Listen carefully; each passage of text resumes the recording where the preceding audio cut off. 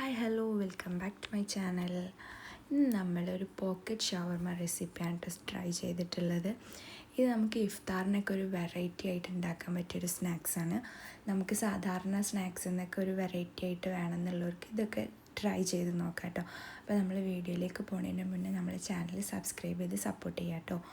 അപ്പോൾ നമുക്കിതിലേക്ക് ആദ്യമായിട്ട് വേണ്ടത് ബോൺലെസ് ആയിട്ടുള്ള ചിക്കനാണ്. അതിലേക്ക് നമുക്ക് ഒരു സ്പൂണ് മുളക് പൊടിയും ആവശ്യത്തിന് ഉപ്പും ചേർത്തിട്ട് മാരിനേറ്റ് ചെയ്ത് വെക്കാം കേട്ടോ.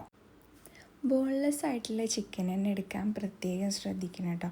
അതാണ് ഇങ്ങനെ സ്നാക്സ് ഒക്കെ ഉണ്ടാക്കുന്ന സമയത്ത് ഏറ്റവും ബെറ്ററും അതായിരിക്കും കൂടുതൽ ടേസ്റ്റി ആയിട്ടുണ്ടാവുക കേട്ടോ. മറ്റേ എല്ലുള്ള പീസൊക്കെ അവോയ്ഡ് ചെയ്യുക കേട്ടോ. ഇനി നമ്മൾ ചൂടായ പാനിലേക്ക് ഇത് നന്നായിട്ടൊന്ന് ഫ്രൈ ചെയ്തെടുക്കാം കേട്ടോ. നന്നായിട്ട് ഡീപ്പ് ഫ്രൈ തന്നെ ചെയ്യും, കാരണം നമ്മളിനി ഇത് വീണ്ടും കുക്ക് ചെയ്യുന്നില്ല കേട്ടോ. ഈ ഒരു കുക്കിങ്ങാണ് ഈ ഒരു ചിക്കനിൽ വരുന്നത്. അപ്പോൾ ഇത് കുക്കായി കഴിഞ്ഞതിന് ശേഷം നമുക്കിത് വേറൊരു പാത്രത്തിലേക്ക് മാറ്റി വെക്കാം കേട്ടോ. ഇനി നമുക്ക് ഇതിലേക്ക് ആവശ്യമായിട്ടുള്ള വെജിറ്റബിൾസാണ് കേട്ടോ വേണ്ടത്. അതിന് നമുക്ക് ക്യാരറ്റ്, ക്യാബേജ്, ക്യാപ്സിക്കം, എനിക്ക് ഇഷ്ടമുള്ള ഏത് വെജിറ്റബിൾസ് നമുക്ക് ഇതിലേക്ക് ആഡ് ചെയ്യാം കേട്ടോ. അപ്പോൾ ഞാനിതിൽ ക്യാരറ്റും ക്യാപ്സിക്കമാണ് ആഡ് ചെയ്തിട്ടുള്ളത്. ക്യാബേജ് ഞാൻ ആഡ് ചെയ്തിട്ടില്ല, നിങ്ങൾക്ക് വേണമെങ്കിൽ അതും ആഡ് ചെയ്യാം കേട്ടോ.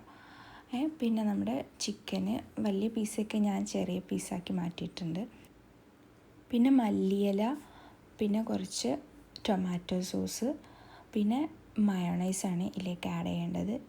മയോണൈസ് ഇല്ലെങ്കിൽ നമുക്ക് ഫ്രഷ് ക്രീം ഉണ്ടെങ്കിൽ ഫ്രഷ് ക്രീമും ആഡ് ചെയ്യാം. അപ്പോൾ ഞാനിതിപ്പോൾ ഫ്രഷ് ക്രീമാണ് ആഡ് ചെയ്തിട്ടുള്ളത്. അതിലേക്ക് കുറച്ച് കുരുമുളക് പൊടിയും കുറച്ച് ഉപ്പും ചേർത്ത് കൊടുത്തിട്ടുണ്ട് കേട്ടോ. അപ്പോൾ ഇത് നന്നായിട്ട് മിക്സ് ചെയ്തിട്ട് നല്ലൊരു ക്രീമി ടെക്സ്ചറാക്കി മാറ്റണം. നമ്മൾ ഷവർമൊക്കെ വാങ്ങിക്കുമ്പോൾ അതിൻ്റെ ഫില്ലർ ഭയങ്കര ഒരു ക്രീമി ടെക്സ്ചറായിട്ടല്ലേ ഉണ്ടാവുക. അപ്പോൾ അതുപോലെ കുറച്ച് മയോണൈസും ക്രീമൊക്കെ ചേർത്തിട്ട് നന്നായിട്ട് ആ ഒരു ടെക്സ്ചറിലേക്ക് മാറ്റും. പിന്നെ നമുക്കിതിലേക്ക് ഏറ്റവും ഇമ്പോർട്ടൻ്റ് ആയിട്ട് വേണ്ടത് ബ്രെഡാണ്. ഈ ബ്രെഡിൽ നമ്മൾ വലിയ സൈസ് ബ്രെഡ് തന്നെ എടുക്കാൻ പ്രത്യേകം ശ്രദ്ധിക്കണം കേട്ടോ. ചെറിയ സൈസ് ബ്രെഡ് എടുക്കുമ്പോൾ നമുക്ക് ഫില്ലിങ് ചെയ്യുന്ന സമയത്ത് പൊട്ടിപ്പോവാനൊക്കെ ചാൻസ് ഉണ്ട്.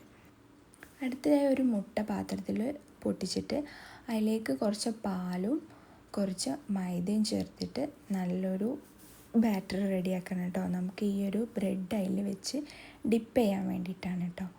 അപ്പോൾ നമ്മൾ ബ്രെഡ് ഡിപ്പ് ചെയ്യുന്നതുകൊണ്ട് ആ ഒരു ബാറ്റർ നന്നായിട്ട് ഈ ബ്രെഡ് പിടിച്ചെടുക്കും. അതുകൊണ്ട് കുറച്ചധികം മൈദയും പാലോ വെള്ളമൊക്കെ ചേർത്തിട്ട് ഈ ഒരു ബാറ്റർ കുറച്ച് അധികം ആക്കാൻ ശ്രദ്ധിക്കുക കേട്ടോ. പിന്നെ നമ്മൾ റസ്ക് പൊടിയിൽ ഈ ഒരു ബ്രെഡ് ഡിപ്പ് ചെയ്തിട്ട് എല്ലാ ഭാഗത്തേക്കും അതിൻ്റെ 4 വശത്തും പിന്നെ സൈഡിലൊക്കെ ആയിട്ട് ഫുള്ളായിട്ട് ഫില്ല് ചെയ്ത് വെക്കുക കേട്ടോ.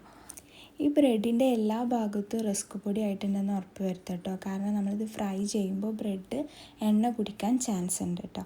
അപ്പം നന്നായിട്ട് ചൂടായിട്ടുള്ള എണ്ണയിലിട്ടിട്ട് ഈ ഒരു ബ്രെഡ് എല്ലാ ഭാഗവും നല്ല രീതിയിൽ ഫ്രൈ ചെയ്തെടുക്കാം കേട്ടോ.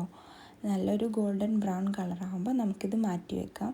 അതുപോലെ ബാക്കിയുള്ള എല്ലാ ബ്രെഡും ഞാനിതുപോലെ ഫ്രൈ ചെയ്ത് മാറ്റി വെച്ചിട്ടുണ്ട്.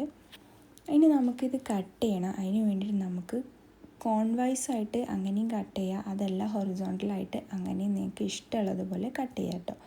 കോൺവൈസ് കട്ട് ചെയ്യുമ്പോൾ കുറച്ചധികം ഫില്ലിങ്സ് അതിൽ നിറയ്ക്കാൻ പറ്റുമെന്ന് എനിക്ക് തോന്നി. അതാണ് ഞാൻ അങ്ങനെ ചെയ്തിട്ടുള്ളത്. പിന്നെ ഒരുപാടായിട്ട് വിടർത്തി അത് പൊട്ടിക്കാനൊന്നും നോക്കണ്ട. ഇനി നമുക്ക് ഈ ഒരു ഫില്ലിങ് ഉണ്ടല്ലോ, നമ്മൾ ആദ്യം റെഡിയാക്കി വെച്ചിട്ടുള്ള ഫില്ലിങ്, അത് നമുക്ക് ഇതിലേക്ക് നിറച്ച് വെക്കാം കേട്ടോ. പിന്നെ നമ്മൾ വെജിറ്റബിൾസൊക്കെ ആഡ് ചെയ്യുമ്പോൾ ഗ്രേറ്റ് ചെയ്തിട്ടാൽ കുറച്ചും കൂടെ നമുക്ക് ഇതിലേക്ക് ഫില്ലിങ് ചെയ്യാനും പറ്റും, കുറച്ചും കൂടി ഈസി ആയിട്ടും തോന്നിയിട്ട്. പിന്നെ എനിക്ക് ഇങ്ങനെ കട്ട് ചെയ്യേണ്ടിയില്ലായിരുന്നു എന്ന് തോന്നി.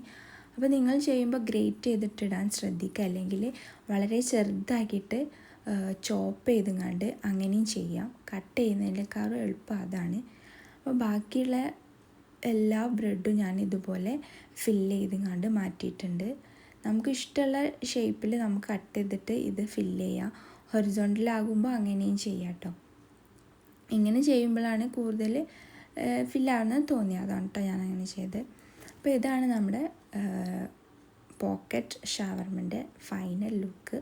എല്ലാവർക്കും ഇഷ്ടമായിട്ടുണ്ടെങ്കിൽ നമ്മുടെ വീഡിയോ ലൈക്ക് ചെയ്യുക, സബ്സ്ക്രൈബ് ചെയ്യുക, ഷെയർ ചെയ്യുക.